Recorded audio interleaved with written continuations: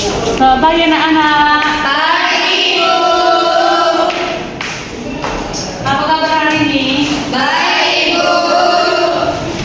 Mana ketua kelasnya? Saya Bu. Apakah hadir hari ini semua? Hadir Bu.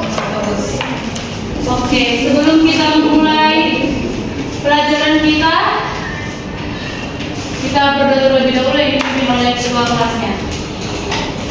Oke, baik. Sebelum memulai pembelajaran kita, terlebih dahulu kita berdoa menurut agama dan kepercayaan kita masing-masing. Doa dimulai. Doa selesai. Oke, di sini Bu ada ice breaking buat anak-anak sekalian semangat. Oke, kita berdiri semangat.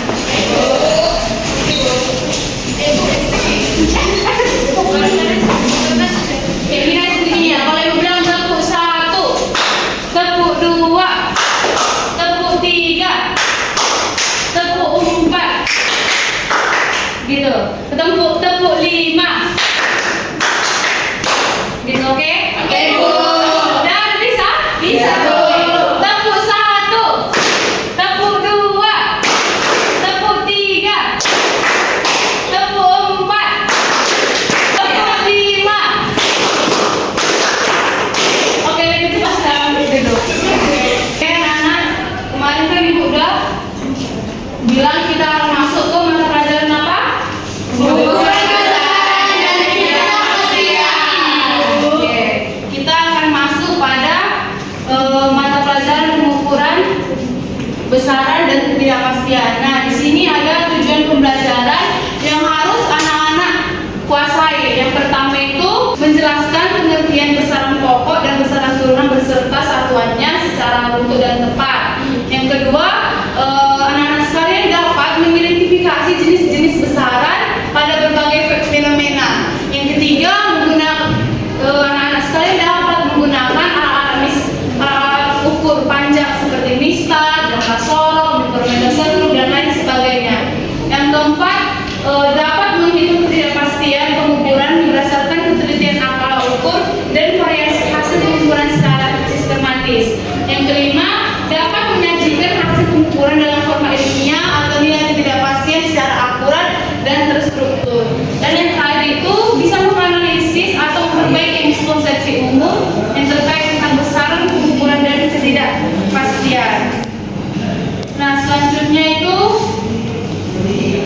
di sini Bu ada satu video yang akan kalian tonton. Silahkan disimak ya anak-anak. Ya Bu.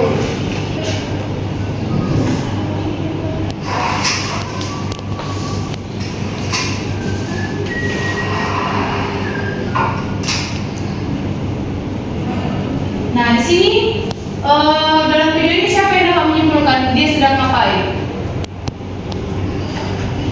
Bu, itu ada seorang pria yang lagi mengukur panjang meja Bu, menggunakan meteran. Iya, bagus. Beri apa teman teman?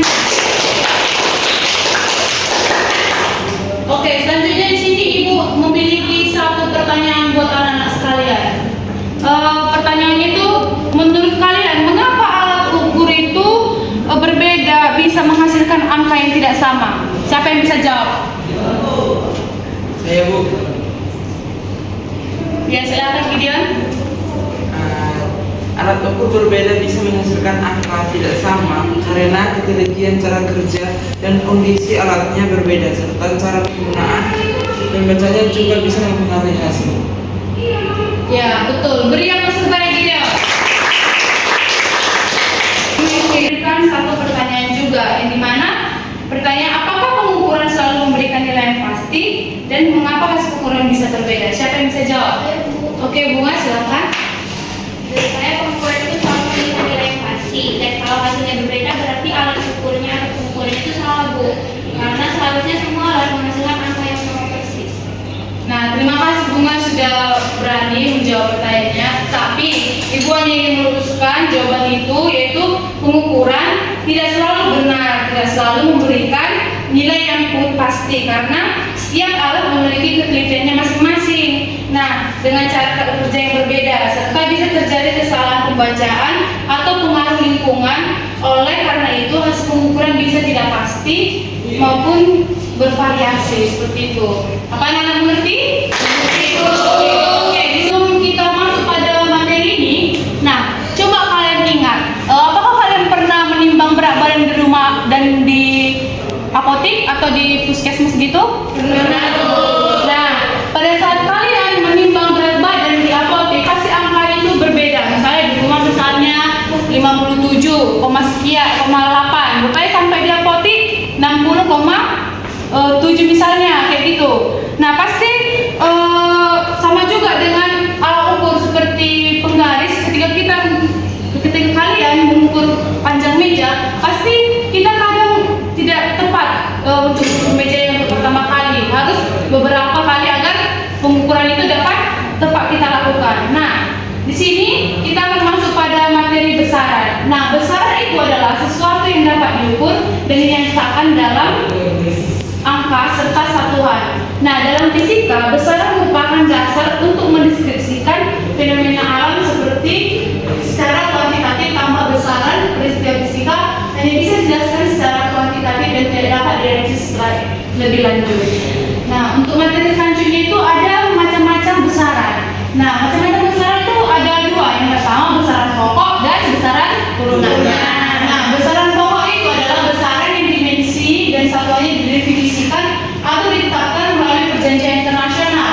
Nah, besaran pokok ini terdiri dari 7 macam, yaitu panjang dari berbagai varian namanya dengan satuan meter, massa dengan satuan kilogram, waktu dengan satuan sekon, suhu dengan satuan Kelvin, intensitas cahaya dengan satuan kandela, kuat arus listrik dengan satuan ampere, dan jumlah zat dengan satuan mol. Nah, yang kedua itu ada besaran turunan.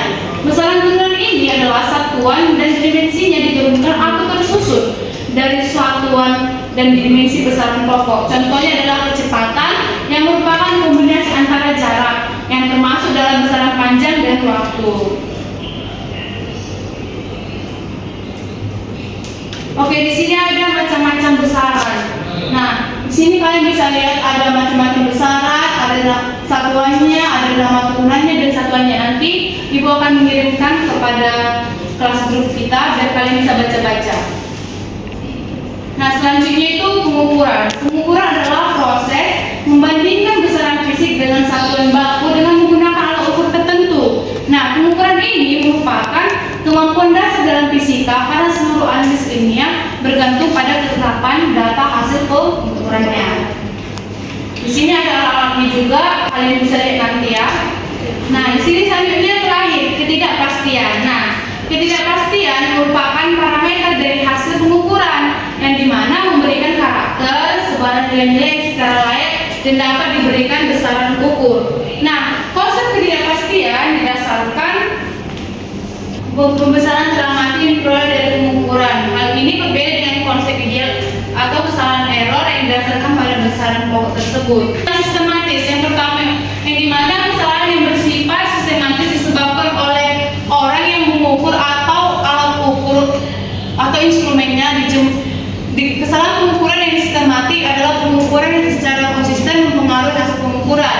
Yang kedua itu kesalahan acak. Nah, di mana kesalahan acak ini kesalahan yang bersifat memiliki pola secara sistematis. Yang lain karena kesalahan dalam menentukan sampel isi tes dan adanya variasi emosi seseorang yang bersifat acak. Oke, di sini kan Ibu sudah memaparkan materi kita pada hari ini. Nah, di sini Ibu ada beberapa soal yang akan kalian jawab secara berkelompok. Di sini Ibu akan membagikan kelompoknya. Yang pertama kelompok 1 ada Gideon, Auzi, Bunga, Nurul dan Bona. Kelompok 2 ada Zahra, Mutia, Cecil dan Eka. Dan terakhir kalian semua. Oke, Ibu kasih waktu kalian mengerjakan selama 2 menit. Silakan. Baik, Bu.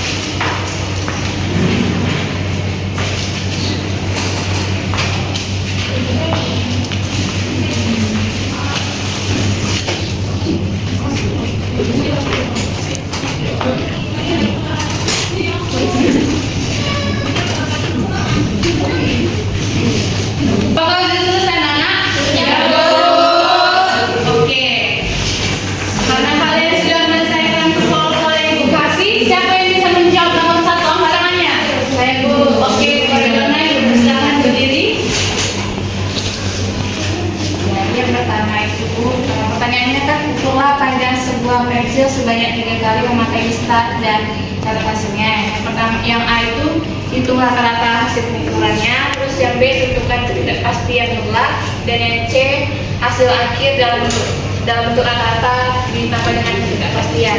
Yang pertama itu kan rata-rata dari hasil pengukuran. Jadi rata-ratanya itu tadi dapat 17,2 pengukuran yang pertama, jadi ditambah 17 pengukuran yang kedua, ditambah dengan 17,1 yang hasil pengukuran ketiga, terus dibagi 3 hasilnya 51,3/3, jadi hasil dari rata-ratanya itu jadi 17,1 cm.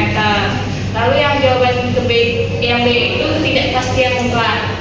Jadi ketidakpastian mutlak itu hasilnya dari nilai maksimum dikurang nilai minimum dibagi 2. Jadi dari ketidakpastian mutlak itu didapatkan hasilnya kurang lebih 0,1 cm. Lalu jawaban yang C itu ya, hasil akhirnya itu panjang pensil 17,1 dan kurang lebih 0,1 cm. Oke, beri aplaus kepada teman kita Dona. Oke, sini soal tulisan bisa jawab. Oke, pada dia silakan. Soal itu yang kedua, mengapa pengukuran harus dilakukan berulang kali dan apa tujuan melakukan berapa kali pengukuran? Jadi jawabannya itu pengukuran harus dilakukan berulang kali karena yang pertama untuk mengurangi kesalahan acak yang terjadi saat membaca ukur, yang kedua untuk mendapatkan hasil yang lebih akurat dan stabil, yang ketiga pengukuran berulang membantu menghitung rata-rata sehingga hasil lebih mendekati nilai sebenarnya, yang keempat memungkinkan kita menentukan ketidakpastian pengukuran yaitu seberapa besar hasil pengukuran bisa berbeda. Nah, jadi tujuannya itu agar hasil pengukuran lebih teliti, akurat dan dapat dipercaya. Oke, bagus jawabannya. Beri aplaus kepada teman kita. Oke, selanjutnya soal nomor 3, siapa yang bisa jawab? Oke, pada Beri silakan. Sebutkan 3 contoh besaran pokok dan besaran turunan. Nah, untuk besaran pokok itu yang pertama panjangnya satuan ini itu meter, massa yang 1 kilogram dan waktu yang 1.000 second. Nah, untuk besaran turunan, yang pertama itu kecepatan dengan satuan meter per sekon, yang kedua gaya yang satuannya Newton, dan yang ketiga itu luas yang satuannya itu meter kuadrat. Ya, bagus. Jawabannya beri aplaus. Oke, di sini kan Ibu sudah memaparkan materi ini, menyampaikan ada video yang bisa kalian lihat. Nah, siapa yang dapat menyimpulkan mata pelajaran kita hari ini yang kita pelajari? Jadi kesimpulannya, pengukuran besaran selalu melibatkan ketidakpastian karena setiap alat memiliki batas ketelitian tertentu. Untuk mendapatkan data yang akurat, diperlukan pemahaman tentang besaran, satuan angka penting serta jenis-jenis kesalahan. Dengan penggunaan alat ukuran tepat dan penggunaan yang berulang, hasil pengukuran dapat menjadi lebih teliti dan dapat dipertanggungjawabkan secara ilmiah. Oke, terima kasih kepada Nurul. Nah, baik. Ibu rasa kalian sudah cukup mengerti atas jawaban-jawaban kalian serta kesimpulan yang sudah kalian berikan. Nah, di sini Ibu akan menyimpulkan mata pelajaran kita hari ini, di mana pengukuran besaran dan ketidakpastian merupakan bagian penting dalam kegiatan eksperimen dalam fisika. Nah, melalui pengukuran kita dapat menentukan nilai suatu besaran fisika secara kuantitatif menggunakan alat ukur yang sesuai. Namun, setiap alat ukur itu pasti memiliki ketidakpastiannya masing-masing. Dengan itu, ketidakpastian ini dapat diminimalkan dengan menggunakan alat ukur yang lebih teliti, dengan melakukan pengukuran secara berulang. Nah, dengan memahami konsep besaran satuan serta cara menyatakan hasil pengukuran dan ketidakpastiannya, kita dapat memperoleh data yang lebih akurat dan dapat dipertanggungjawabkan secara ilmiah. Nah, sekian pembelajaran kita pada hari ini. Sekiranya apa yang sudah Ibu paparkan dapat kalian mengerti, dan untuk tugasnya nanti Ibu akan berikan pada guru kita. Dan jangan lupa untuk mempelajari mata pelajaran selanjutnya itu vektor dan besaran vektor. Oke, anak-anak? Oke, Bu. Sekian mata pelajaran hari ini. Ibu tutup. Selamat pagi semuanya. Baik, Ibu.